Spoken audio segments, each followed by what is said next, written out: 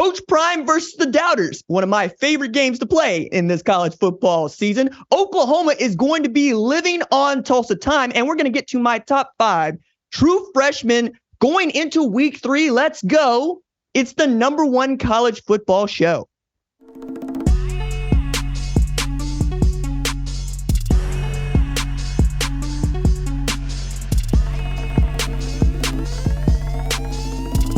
What's up, kinfolk? It's RJ Young. I am not on a step mill. Thank you for watching on the Fox Sports app, YouTube, or listening wherever you get your podcast. Today on the show, got to talk about Colorado versus Colorado State in the Rocky Mountain Showdown, and I have more receipts to share.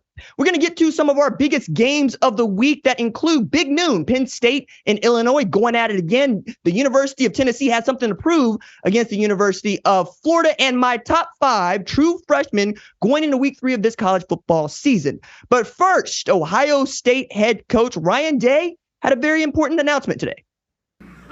Who's the starting quarterback? Are we doing 2 questions? Yeah. So after reviewing the film, we've decided that Kyle's going to be the starter, and that make that distinction. We still plan on playing Devin, but we feel like Kyle has really stepped up to and deserves to be the starter. There it is. Ryan Day has said that Kyle McCord is the starting quarterback for the Ohio State Buckeyes going into week 3. They got the Western Kentucky Hilltoppers. Get to that here in just a minute, but this kind of went the way that I thought it was going to go, and really the way that you probably thought it was going to go. It felt like it was Kyle McCord's job to lose as soon as C.J. Stroud declared for the NFL draft, and that is the way it has gone. So what does this mean for Ohio State? It means that everybody can rally behind McCord in a very real way if they hadn't already, and it also means that we finally get to see the McCord to Martian connection kind of blossom into the thing that I think it can be. I'm a big fan of quarterbacks and wide receivers getting to play together no matter where they are. I'm thinking about Jamar Chase and Joe Burrow at LSU and now with the Cincinnati Bengals. I'm also thinking about Tua Tagovailoa and Jalen Waddle down at Miami playing for the Dolphins. And of course, we can go back to McCord and Marvin Harrison Jr., who played together at St. Joe's Prep in Philly and are now going to play as starters at The Ohio State University. Really cool for this relationship to continue to grow. And it looked good last week against Youngstown State. You'll know that Marvin Harrison Jr. had 7 receptions for 160 yards with 2 tutties in the first half. Now, I understand that everybody wants to say this time of year that ain't nobody played nobody, which is true for most, but you still played somebody because everybody works as hard as you do during the offseason to prepare football games. And it's about, are you talented enough to go out there and get W's? So what did this mean for McCord versus Brown in the future? Well, I kind of think that Ryan Day was always showing his hand, right? It wasn't really the battle that we thought it was going to be. And when we thought what we thought he meant when he said that you were going to see both quarterbacks is that both guys were probably going to start the game against Indiana and the game against Youngstown State. And maybe he has a guy by Western Kentucky. But the way this actually went, McCord took the majority of snaps. He had 89 snaps to Devin Brown's 39. And he played 61 and 67 against Indiana. Again, it's ridiculous in that he attempted 3 times as many passes as Devin Brown. So whatever it is that Ryan Day was looking for out of Devin Brown, I hope he got to show it in practice because we didn't get to see it in the game. Again, it's nice to have that guy on your depth chart, and certainly he's going to be a great option for them. And I think Ryan Day is telling us exactly what he wants to happen by saying we're going to get Devin Brown some opportunities to play later in the year. I think they will, because one of the things that Day has been adamant about basically since Justin Fields went off to the NFL is his backups didn't really get enough opportunities to run the offense. Matter of fact, when they were going into the quarterback derby, when C.J. Stroud was up against Jack Miller for the job, he was kind of remiss that he did not get those guys opportunities to throw the football during the season. And then he went about trying to correct that almost immediately. So C.J. Stroud won the job, but you saw Kyle McCord start against Akron last year, get meaningful snaps going into this year as a guy who started football games. I think we could see something like that down the road, but I don't know that it's going to be the way it was for Kyle McCord last year because, well, your non-conference part of the schedule is about over, and you got Notre Dame in a couple of weeks, which is the other reason why you need to get the starting quarterback position nailed down. But before Ohio State gets to Notre Dame in what should be a top 10 showdown, Western Kentucky travels to the shoe, and the Hilltoppers ain't no easy win. Now, I know it is a group of 5 team, and I know that you don't believe, and neither do I, that Western Kentucky should be talented enough to really challenge Ohio State. As we'll talk about a little bit later, ask Austin Peay what they think about challenging the University of Tennessee. So Western Kentucky also fields what I think is one of the great quarterbacks in the sport that nobody talks about in Austin Reed, who also threw for an FBS best 4,746 yards last year. They will move the ball. They will score points. They put up 45 in a win last week, and they put up 50 last week against South Florida, and they put up 52 against Houston Christian in their opener the week before. So you're going to see Jim Knowles' defense actually have to show up in a meaningful way, and we're probably going to get a good read on that secondary because we know the Hilltoppers are going to try to take the top off the defense early and often, and they're never going to actually be out of the game as long as the offense is on the field. So expect to see a lot of running the football from Ohio State and asking Kyle McCord to take advantage of those one-on-one opportunities when they got Marvin Harrison Jr. out there for those one-on-ones, or even Emeka Egbuka, even Julian Fleming. I keep going down the list. Cade Stover's turning out to be an outstanding pass-catching option too.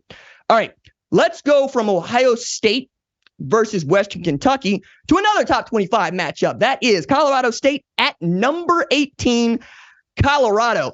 And as you know by now, Coach Prime's Colorado is my favorite subject to talk about right here on the #1 college football show for a number of reasons. I'm going to start with this one, which I don't think we get enough run on here, is Black folks has decided that that's our team. Like, we was showing out at the Nebraska game. I saw Wu-Tang Clan out there. You know what I'm saying? My God, I saw Cameron on the sidelines, right? Michael Irvin out there, Stephen A out there, Shannon out there, Uncle Shay himself. It is an event to go to a Colorado football game. And I don't know that that's ever been true. Like, we are all looking at Colorado going, yo, when did Hollywood just up and move? When did LA up and move to Boulder? And it is almost as soon as Coach Prime got there. And it is not because it's Coach Prime out there so much as Coach Prime winning football games out there. Look, they got dudes like we haven't seen them before. Now, I was way ahead on this because I like HBCU football. I was raised around it, for crying out loud. And I was following this Jackson State story from the jump, right? So when I made Shedeur Sanders one of my top Heisman candidates going into the offseason, people were asking, yo, are you high? Is something wrong with you, RJ? This dude played at Jackson State last year. Saying, I watch ball. I watch ball, you watch ball. If you watch ball, you would have seen it too. You would have seen a man who was going to throw for 900 plus yards in his first 2 games. By the way, there are only 2 programs in the sport who opened their seasons with back-to-back Power 5 opponents and went 2-0. One of them is Utah, who won the Pac-12 championship the last 2 years in a row and played in the Rose Bowl the last 2 years in a row. And the other one, right there in Boulder, it goes by Colorado Buffaloes. I'm telling you, they hitting on something different out there in Boulder. And in the Rocky Mountain Showdown, I think it's the first time they're actually going to play this game in 4 years. They're going to get, I think, an opportunity to show out once again. Redshirt freshman quarterback Brayden Fowler Nicolosi, is going to get the start over Clay Millen. I watched Clay Millen and Brayden against Washington State.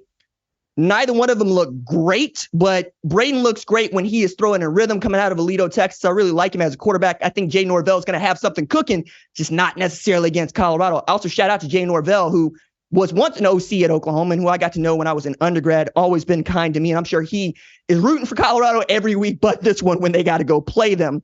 I'm also looking at what Colorado has done, right? And we all are throwing out all these statistics. You are seeing people that did not know where Colorado was or wouldn't have talked about Colorado before the season started, telling you how many snaps that Travis Hunter is playing, okay? Like, everybody's trying to get they piece now, and I need you to keep track of who was on this and who is interloping on this. We'll get to the bandwagoners here in just a little bit, but let's talk a little bit about what this turnaround means for Colorado and how cool it is. Like, I wrote a story that you can read on foxsports.com about what I thought were some great examples, and I mentioned them on Sunday, like Miami of Ohio going 1-11 2009 and then flipping around to win 10 games in 2010. My Oklahoma Sooners went 7-5 in 1999, and then they won the national championship in 2000. Tulane 2-10 in 21, won 12 games in 22, beat USC in the Cotton Bowl to seal what was a magical season for them. And then nobody has been like Texas Christian, 5-7 in 2021, changed the staff, go into the portal. come out 12 wins and playing for the national championship game in the national championship game just 10 months ago. But the thing that really bothers me about all of this is these are not the comparisons that many people are pulling out when they talk about Colorado. Matter of fact, they're only comparisons that people were pulling out in the last 2 weeks when talking about Colorado, because many people thought that Colorado was going to be this sport's Bishop Sycamore. Like somehow Coach Prime was going to leave Jackson State to be Booty and Boo Boo in Boulder. Look at you now. Look at you now. I'm telling you, I just wipe my nose with that stuff. But I need to talk about this in a very real way, okay? Because there are media types who doubted Colorado. Cool. All right, fine. Some of us, that's our job, right? Our job is to give you an opinion about who we think is good and why we think they're good. And then to give that supporting evidence, right? It's called a thesis, right? This is me coming through as a guy who was studying to get a PhD in English at Oklahoma State, but you're going to forgive the English professor and me for a second here, because I don't think you can have an opinion without great argument and facts to support your arguments. A lot of people in my job seem to think that that's the job. You just throw it out there and you don't back it up with any sort of data. But I'm going to come to you with some receipts here, right? The Athletic did a cool thing over the summer. They talked to Power 5 head coaches, assistants, and staffers about what they thought Coach Prime and Colorado were going to look like in May. So you'd seen some of the makeover already happen. You'd seen guys be asked, to leave, or even told that they're not going to get their scholarships renewed. And then they go into the portal and they get new guys, right? But I found some of these quotes were just ridiculous at the time, and they sound even more ridiculous now. Now, you can say ridiculous things anonymously, and that's what many of these people did, right? But still, they said them. And these aren't just people that are media types, right? All the people I'm about to quote for you work in the sport, are responsible for positivity and roster management in the sport, should know what it looks like when winning is on the table, right? Also, another way of saying you should really be asking these questions of the folks that run your favorite college football program.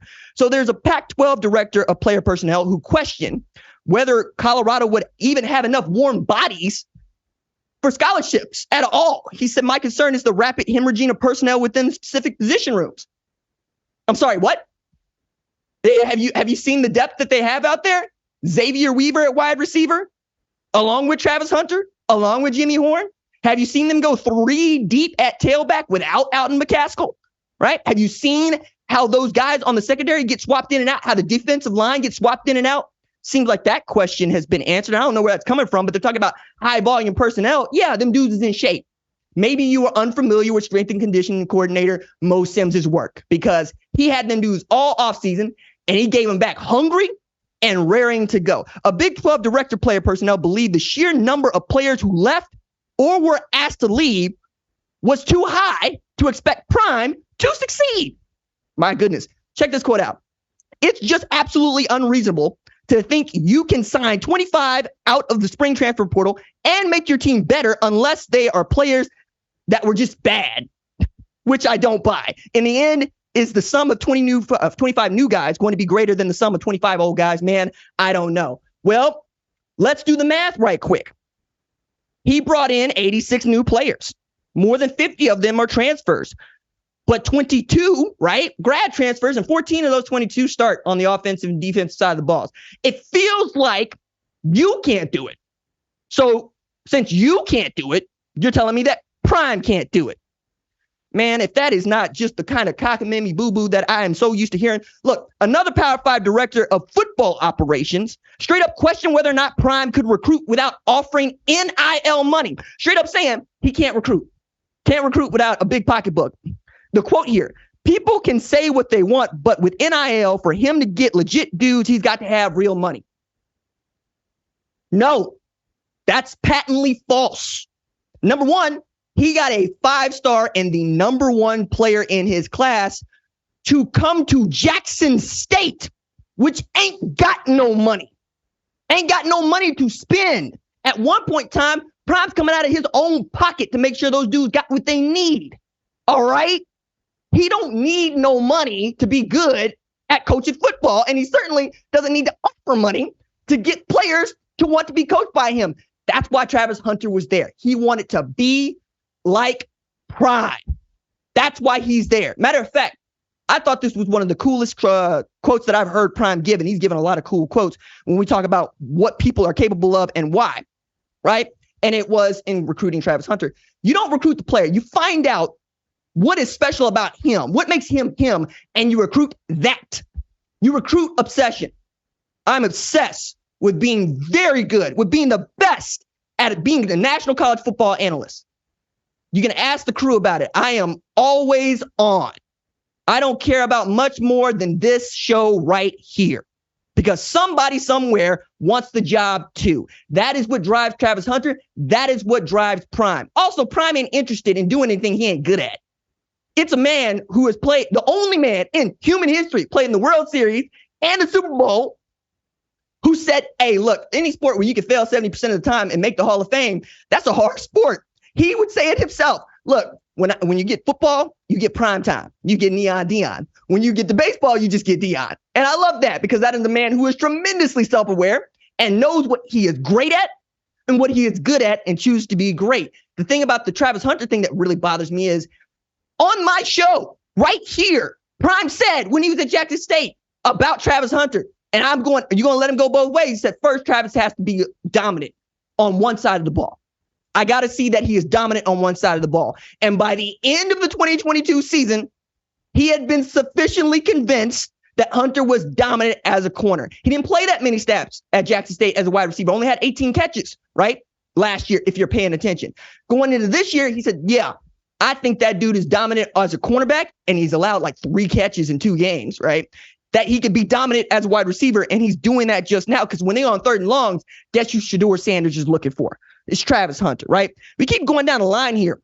What I find to be most appalling of all the quotes that The Athletic got in their excellent reporting, a Power 5 coach stopped short of calling Prime's approach foolhardy, but then insinuated that Prime's success might ruin the sport.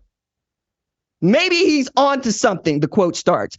Then again, I'm not sure it would be good for college football. Because if Dion is on to something, it'll be bad for other kids on other rosters because then a lot of other people will try and copy it. Let's purge the entire roster and start over. You mean like Texas Christian, who went 5-7 and was bad? Got a chance to go into the portal, get guys like Johnny Hodges, Imani Bailey, Josh Newton, all dudes who are playing for them right now, Jared Wiley? You mean like USC, who went 4-8, got a new head coach, brought in a great quarterback who won the Heisman, Caleb Williams, won 11 games their first year? You mean like that? You're telling me that what Prime is doing at Colorado is going to ruin the sport because he's doing something that you can't? Hey, man, that sounds like you got a problem with yourself that you need to go talk to somebody about, but that ain't Prime's problem. That ain't Colorado's problem. That ain't college football's problem. The rules are the rules. And that he is playing within them and beating y'all up, that's something you got to work out. Maybe you need to go and talk to somebody about that. Maybe you need to be on your knees a little bit more, right? Go to church, figure out what's good in your life, right? Go consult your Bible. But you don't need to be talking about how Prime is ruining the sport. If anything, people care more about college football this year than they have in years past because of the last 2 years, you know what I heard the most of? Hey, RJ, why do I need to care about a sport where Georgia's just going to sun everybody? Hey, RJ, why do I need to care about a sport where all I need to know is that my dude went to Alabama or he didn't for my NFL team? Now I got folks that deign to come off their NFL Sunday perches to talk about my sport and what I care about and what I was raised to love. And then I got people that are actually responsible for the well-being of players telling me that somehow Prime in his excellence is going to ruin what they, man, get out of here. I'm telling you, right? This is a really interesting time. Really interesting time. I'm going to bring it back here, but follow me here. Walter Isaacson wrote this biography of Elon Musk, you know, SpaceX, Tesla, Twitter. And I found this quote to be very telling because Walter Isaacson basically writes huge biographies about geniuses, right? Benjamin Franklin, Steve Jobs. I got them all on my shelf because I'm that type, right? The quote is, the question for a biography is to show how the demons of a person are totally connected to the drive that gets their rockets to orbit. People who are driven by demons get stuff done. Now, I am such a person, so I recognize it when other people have it. Work ethic does not come from want to and effort. Work ethic comes from needing to survive. I recognize someone who has this notion that if they do not reach where they are going, that they will not survive. And when I see that in a player, when I see that in a coach, I bet on them because I bet on myself. All right. The reason that I got here is because a number of people saw that in me too. Right. I'm in an efficiency apartment where my bathroom and my bedroom are in the same place. And I'm making videos on the YouTubes for the peoples because I needed this to work. I had to chase it. This is what I have decided my life is about. Why the hell would you doubt somebody who was willing to risk all to get what they need? Not what they want, what they need. Prime needs Colorado to be great, and those players need to be great at Colorado. This bravado, this flash, this confidence, it is not unearned, and that is your folly. When you go play against that sort of a team, that's what you need to bring. You need to bring the notion that, no, there is not anything that this person will not try to do to win. So if it comes down to them suffering or me suffering, I better be worrying about suffering more and less about what the hell it is they're doing. I'm really excited to see how this translates to Colorado State this weekend and then later to Oregon and USC. But right now, go ahead, take stock, understand what's going on at Colorado is different. Acknowledge that it is different, and let's ride the wave, right? Because I'm not going to put a ceiling on this. 7.5 wins, 8 wins. I don't give a damn. My job is to tell the story, to tell you why it's working, why it wasn't working, and what you should expect. Anybody that's putting a cap on what Prime and Colorado are doing has an agenda of their own. I, for one, am excited and I'm all in on watching how this story unfolds. All right. Let's go from Colorado and Colorado State to the big noon game. Number 7, Penn State at Illinois. Again, noon Eastern on Fox. I don't expect this one to be close, and I expect it to be over quite soon. Illinois did not look great against Toledo and won that game on a wing and a prayer as I watched Luke Altmaier get absolutely waylaid, throw a duck. That duck landed in Illinois players' hands, and they won the game. But Toledo was right there, okay? Penn State, on the other hand, their season is going to be defined by 2 games. And I'm sorry to tell Illini fans, this ain't one of them, okay? Those 2 games are Ohio State and Michigan. That's it. That is the bar for Nittany Lions fans because they know what they have. They have a talented quarterback in Drew Aller. They have 2 talented running backs in Katron Allen and Nick Singleton. They're great at the wide receiver position, Keandre Landry-Smith and Dante Cephas. And Manny Diaz's defense is doing what it did last year. They've allowed just 22 points all season. Now, granted, one of those teams is West Virginia, who might be the worst team in the Big 12. And the other one, I don't know what you're going to learn out of beating up on Delaware and the Blue Hens, the fighting Joe Flacco's. But they did it, 63-7, right? And now they get back to Big 10 beatings. And I feel like that's going to be Illinois this time. It should not be no overtimes. That's not a good look for you, Penn State. You need to be able to put this one away rather early. Also, shouts to Drew Aller, who has not thrown a pick yet. Now, is Luke Altmaier capable? Absolutely. They unlocked a new part of that man's game against Kansas. That dude leads the team in rushing because he was running for his life from Kansas. Kansas, on a Friday night, said, no, Illini, it is our turn to take you to the woodshed. And that is what Jalen Daniels and Devin Neal and them boys did. I was so excited for Lance Leipold's squad, not just because they were beating up on Illinois, but because Lance was over there looking like, all right, cool. Like it was, he expected them to go out and purport themselves like that rock chalk, and they went out and whopped. Like, I'm excited for Kansas football, but I watched Illinois going, ooh, this might be a rough year because this is a program that is not built to outscore people. Brett Bielema wants to run the football and play sound defense. Already, they're probably having to throw the football more often than he wants to. And certainly they're not showing that they're playing the kind of defense that they did when Ryan Walters was coordinator last year, and he's since become head coach at Purdue. So we shall see. But giving up 31 a game, that ain't going to help you, Illinois. Penn State, do what we expect you to do. Show us you're the number 7 team in the country. All right, on to number 11, Tennessee at Florida. Tennessee is only favored by 6.5 in this game. Is it a trap game? This is a good question, right? Because I watched Tennessee's game against Austin Peay. And I saw a number of things for which I think they can correct. I also see why Vols fans are upset, right? Austin Peay threw the kitchen sink at Tennessee in the first drive. I saw a double pass, right? I saw them run the polecat. I saw them run 5 wide receivers to one side. I saw them go from 4th and 2 with Mike DeLillo rumbling, bumbling, stumbling for 45 yards and set up for a field goal. And then I watched Joe Milton start the game 1 for 8. Not because he was inaccurate, but because he's throwing howitzers at these dudes and they can't catch him. Joe, you got to throw a catchable football. We all know Bazooka Joe lives, right? But if Brew McCoy and Squirrel can't catch the football, you're not helping yourself, my dude.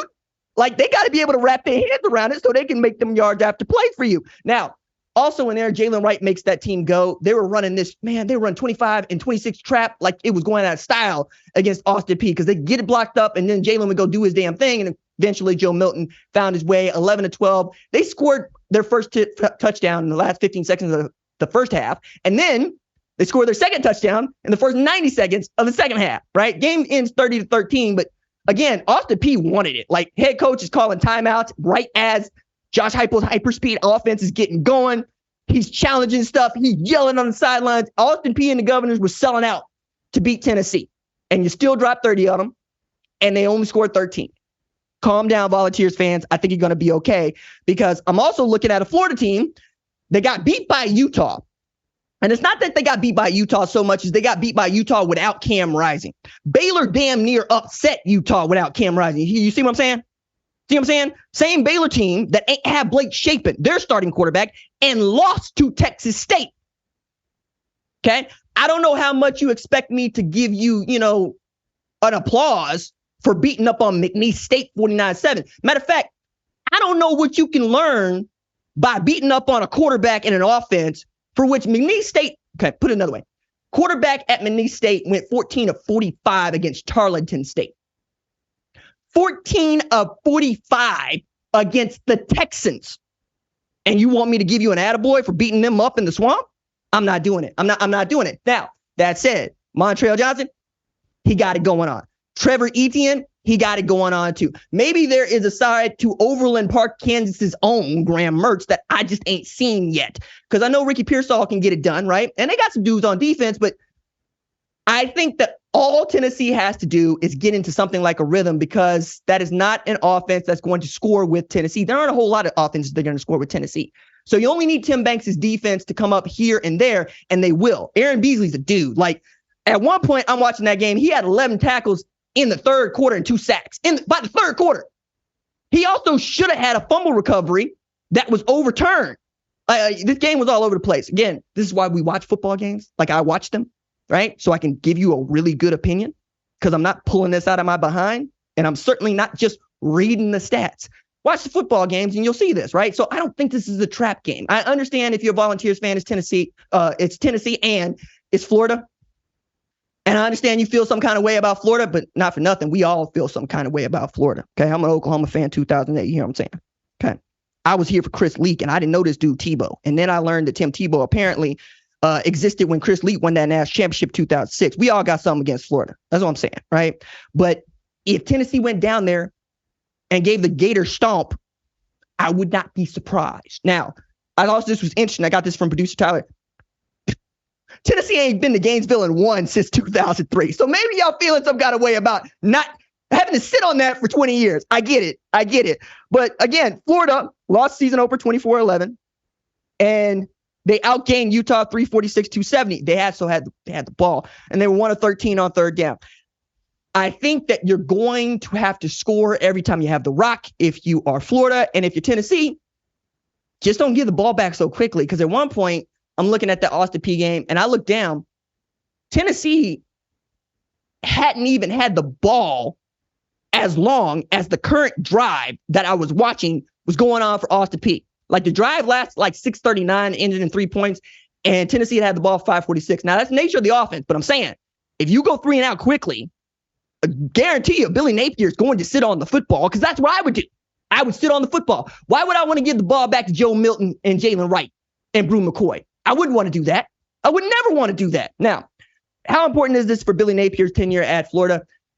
I don't think, every SEC game is important for an SEC coach, right? But I don't think that's what we're asking here. I think what we're asking here is, if he beats Tennessee, do Florida fans feel better about him going into 2024? Absolutely. If he gets stomped out by Tennessee, well, they might have the opposite kind of opinion. Now, also in there, I think this is interesting. Joe Milton has yet to throw an interception in his last 233 pass attempts. Somehow, Josh Heupel put together the kind of offense that Hendon Hooker and Joe Milton can both be almost perfect, right? Like, it was a long time before we saw Hooker throw an interception. It might be a long time before we see Joe Milton throw an interception as well. And we're talking about 20 TDs since then, and we're talking about leading them to the Orange Bowl. So I'm excited for this one, but I just think Tennessee is a good football team, and they should go and win this game in the Swamp. All right, let's go to number 19, Oklahoma at Tulsa. The RJ Bowl. I'm so excited about this one because it's down the road from where I am right now. It's at my alma mater. I went to grad school at Oklahoma. I covered Oklahoma when I first got started in this thing. And I've been covering college football for half my life. I started writing about sports at the University of Tulsa. And I got a nephew playing on the two deep at N, shout out Owen Ostrowski, at the University of Tulsa.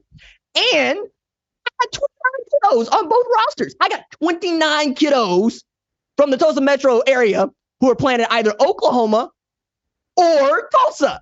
And I'm talking about Tulsa Public Schools represented. We got Regent Prep and Owasso represented out here. Yo, we got Metro Christian out here. We got Holland Hall out here, Union. My goodness, I saw 2 Booker T's from each side. I was so astonished. And then we got Edison out here. I'm about to be on, right? Not to mention Kevin Wilson was the offensive coordinator at Oklahoma when I was an undergrad. And Oklahoma came down in 2008 and stomped out Tulsa. Like, I'm a cheerleader on the sideline, right? And at halftime, Oklahoma's up 14-7. And I'm the dude on the squad that knows football. So I got cheerleaders who were going, yo, RJ, we could win this. We could win this. Like, nah, you just pissed them off. That's all. They're about to go in there. Bob's about to tear everybody a new ass on a speech, and that's going to be all she wrote. And it was. Lost game 63-14. Okay. It might be similar, but maybe not. I say might be similar because if Braylon Braxton don't play quarterback at the University of Tulsa this weekend, I don't see how Oklahoma's going to have to respect anything passing related. Like, I saw Cardell. He's a great runner, but that's what he was doing against UAPB. I don't see Roman Wilson as the dude, right? We wanted Braylon to come back because Braylon can sling it, but if your starting quarterback ain't out there and it's Kevin Wilson's offense, yeah, you really one-dimensional. Now, maybe they know something I don't, but I'm going to be here for it, not to mention that Oklahoma's defense has been kind of filthy the last couple of weeks. Like, gave up 0 against Arkansas State, gave up 11 against Southern Methodist. Danny Stutzman had 17 tackles last week. Yeah, they own something different at Oklahoma. It's also a little bit hard to nail them down as to how good this team is going to be or not going to be. And I don't think we're going to have a real read on that until Oklahoma plays Texas, because we know how good Texas is now, right? But I feel good about either one of those teams. And hopefully, the kiddos that are from the Tulsa area can show out in a huge way. I want everybody to see the field. This is one of those things that you dream about if you grow up here, because this game doesn't get played as often as you might think, right? Bedlam was every year till the end of this year. This is a game that happens in Tulsa like every 7 years, right? So you really got to be born at the right time to go play in this game, let alone have a kid who plays in this game. So all the parents that listen to the show, I'm with you. You got my whole heart. I'm going to be coming unglued no matter what happens, right? Because somebody is going to be let down. Somebody's going to be raised up. And I'm going to have my arms around both of them, because Tulsa men, I love y'all. And Tulsa boys absolutely smack. Man, just the third sellout at H.A. Chapman since 2008. I graduated 2010. That's how long it's been. All right, let's go to number 8, Washington at Michigan State. Now, Michigan State's going to head into this game with Harlan Barnett as the acting head coach, and Mark D'Antonio has come out of retirement to assist as an associate head coach. But I don't think that's going to necessarily matter, because Washington's really good. Washington also played the University of Tulsa just last week. And yeah, they went about the way you might expect it to go. Michael Penix Jr. threw for over 400 yards. Washington put up 560 yards of offense. Washington's averaging 49.5 a game. Michael Penix Jr. is averaging 429.5 passing a game. Rome Odunze and, my goodness, Jalen McMillan are just one of the two best, I think one of the two best tandems at wide receiver in the sport. And I expect them to go straight at that Michigan State secondary that Scotty Hazelton just hasn't got to click right away. Now, I also think that this game being at Michigan State at this moment is regrettable, but it sucks to talk about, right? It sucks to talk about because Mel Tucker is suspended indefinitely, right? His suspension was announced by interim Michigan State president on Sunday. And the reason that they gave for his suspension was unprofessional behavior and not living up to the core values of the department and the university. You can read from that statement that he's suspended because they learned that there are allegations of sexual harassment against Mel Tucker from Brenda Tracy, who's a prominent rape survivor and educator of young men about how they can purport themselves in and around women as football players. We're talking about cisgender football players.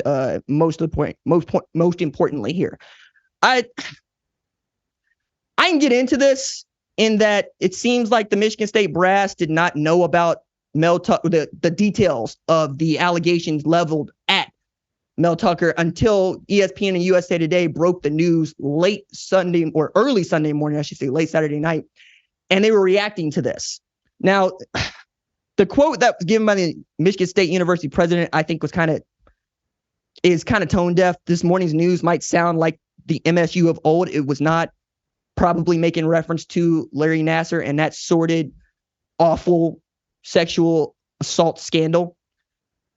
But what this does is, A, you should have done something about this before you were pressed to do something about it, right? Because this had been known for months, at least inside the Title IX offices at Michigan State. Now, I don't want any administration to go messing with the Title IX office in the middle of investigation. But if you know about it, you should say something well before somebody presses you to say something. Second thing about this is we're going to find something out October 5th and 6th when they're scheduled to have hearings about this complaint and what the Title IX investigators, outside investigators, have found. Hopefully we'll get a lot of sunlight on this because sunlight is the best disinfectant. But this just sucks. It's week 3. I want people to yell at me for overreacting to Colorado. I want people to put Florida State in the college football playoff before they win an ACC championship. I don't want to be talking about this. This sucks. Northwestern, the hazing scandal, this sexual harassment scandal at Michigan State, Art Briles on a sideline. These are avoidable. Washington State and Oregon State got to sue the Pac-12 for a restraining order because they don't want the other members or outgoing members to have a seat at the table. We're doing this stuff in the middle of the season. We got 9 months to do all of this noise and crap. Why are we doing this during football season? I say it often, and I need to say it again. We have the longest offseason in sports. We get 12 weeks to show out, to have a great time, to be in each other's company and not talk about this crap. I never thought I would say, is it that hard to be a good human? But that's what I'm asking now. It's football season. I thought football was supposed to be the thing that purports to teach men life lessons and has that front and center all the time. Faith, family, values. Keep the main thing the main thing. I was always taught that football, at least at a college program, was the main thing. Stay eligible so you can play football. Get good grades so you can play football. Hit your workout so you can play football. Stay out of trouble so you can play football. No, we're here talking about garbage in week 3. Let's talk about something fun. Let's talk about my top 5 true freshmen. All right. So I'm going to go 5-1 on this. And I'm really excited about this list because, well, we spent a lot of time talking about true freshmen early on in the offseason, but not so much going into this season because, frankly, it's been Coach Prime season. Right. And this has been a little bit different for me, at least in the offseason. So I'm glad to see that we could do this in week 3. So we're going to go 5-1. I'm starting number 5. I got Minnesota running back Darius Taylor on the list here. Against Eastern Michigan last week, I watched him go 33 rushes for 193 yards. I don't think you should be led to believe by somebody who did not watch the game that Darius Taylor is RB1 because he is not. That is still Sean Tyler. But Darius in the second half, especially, was showing out. PJ Fleck liked him in the spring. We like all our freshmen in the spring is what I think. It's one thing to like them. It's another thing to play them, and then for them to vindicate you playing them in an offense that's going to be built around running the football, because Ethan Kaligmanis can hit dudes who are wide open, but he has to hit them in rhythm, and they probably need to be in one-on-one coverage, because it feels like anything else is just going to be a lot for him this season. So you're going to need Darius Taylor as well as Sean Tyler to carry the load for you and to pick up those first downs so that you can keep control of the clock and your defense go out there and do what they want to do. To say nothing of when you got dudes like Daniel Jackson, Brevin Spanford, you want to get him the football, and you got to make those opportunities count when you get him the football. Number 4 on the list, Texas linebacker Anthony Hill, who had 6 tackles and 2 sacks in just 22 snaps against Alabama last Saturday. Really love Anthony Hill's game. I love that Pete Kwiatkowski's getting it in. We're finding out how these defensive coordinators are getting their really great defensive talent into the game early and often by not putting a lot on their shoulders, going, hey, just stand up in a 9 technique and go rush the passer on 3rd down. That's what they did with Harold Perkins last year. It worked just fine. I think if that's what Pete Kwiatkowski's going to do this year with Anthony Hill, you could see a similar breakout performance. I'm saying that Texas linebacker Anthony Hill could be this year what Harold Perkins was for LSU last year. Nothing short of Brian Kelly calling it a flu game against Arkansas. Number 3 on the list, USC wide receiver Zachariah Branch, who becomes the first player since 2013 at SC to have a kick return, punt return, and receiving TD in the same season. Really outstanding stuff through 3 games for him. It's a guy that I think if you're following recruiting like I do, you understand that Branch was going to be that dude, right? Coming out of Bishop Gorman, you knew what it was going to be. And I asked Lincoln Riley about Zach Branch, right, at our media days, and he played coy, which is another way of saying, oh, I'm on something. He don't want to tell me about it. That means that they got something in store for that boy. And they have. They throw him wide receiver screens, tunnel screens, and Stanford kicked to him 3 times before he bit him. But that 3rd time, he sure as hell bit him. And he took it all the way back, and it looked easy for the young man. Also has 9 catches for 110 yards so far this season. Really cool note. His older brother plays defense, Zion, but his great uncle is Cliff Branch. And the old heads already said, what? Yeah, that Cliff Branch, Oakland Raiders Cliff Branch, that dude is his great uncle. Oh yeah, all of it makes sense to you now. Somebody is go school their youngin' up on this, because it all makes sense when I say, oh yeah, he related to Cliff Branch. And then number 2 on the list, UCLA quarterback Dante Moore, who was outstanding against Coastal Carolina in the second half and was outstanding again against San Diego State. Against San Diego State, 17 of 27 for 290 with 3 tutties. He doesn't have to do more than flip his wrist to get the ball to sail a country mile. He is barely setting his feet and barely launching off his back foot when that ball comes out there like a rocket. It is going to be outstanding and fun to watch this dude develop, because Chip Kelly with a quarterback, none of us want them problems. When he and the quarterback are seeing the same thing, and that quarterback is as talented as Dante Moore is, you get Darius Thomas, you get Marcus Mariota, you get outstanding quarterback play, right? From Darren Thomas to, my goodness, I'm already forgetting about Dorian Thompson-Robinson. My bad, DTR. I know what you meant for UCLA, but to see Dante Moore step in a big way is huge. And then number 1 on the list for me, Colorado running back Dylan Edwards. Prime trust a true freshman tailback to carry the load against Texas Christian and Nebraska. He's averaging 5.3 yards per carry, but also 17.9 yards per catch. He's getting them big plays, being explosive. He fumbled the football against Texas Christian, made up for it in the same game. And he is the lead back in a backfield that, frankly, can go 4 deep if that's what they want to do.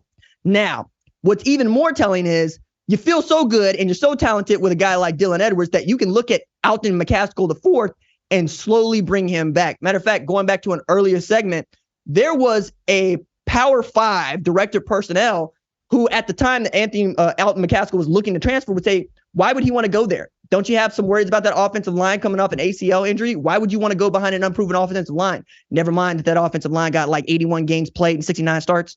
3 of them dudes is grad transfers. And even so, Prime ain't rushing him back. That dude been in a red jersey. That's a non-contact jersey. They don't have to put him out there because Dylan Edwards has been so good. Same thing is true for Cormani McClain. You're good enough at corner that you can sit the number one cornerback in last year's recruiting class because you got it like that. Same thing with Dylan Edwards. I saw a Notre Dame fan on the tweets when I put this out here. Well, I should say when the number one show account put this out here going, hey, didn't Notre Dame miss on Dylan Edwards? I'm like, I don't know that they missed so much as his youth football coach called him and said, hey, you want to come play football for me? And he said, yes. That's who Dylan Edwards is. And I don't see Prime going out on a limb for any one of his players. All those dudes do is back him up. If he says Travis Hunter can play, guess what? He can play. He said Dylan Edwards was going to make a play against Texas Christian. He made at least 4. This is a great list. I'm excited to see how these guys grow up in our sport. We might have them for just the 3 years, but I'm going to savor every snap they play. All right. That is going to do it for this episode of the number one college football show. We will be back on Saturday night following Ohio State versus Western Kentucky and Oklahoma versus Tulsa. I will have plenty to say about that. All right. My thanks as always to our lead producer, Tyler Wojak. Our senior producer is Catherine Cordaji. That is Aaron Schechter directing for us. Social media maven is Javion Duncan. Production assistant is Kiara Santana. Our leads and screening are Jack Coakley and Torrin Westfall. I'm the host, RJ. We will see y'all Saturday.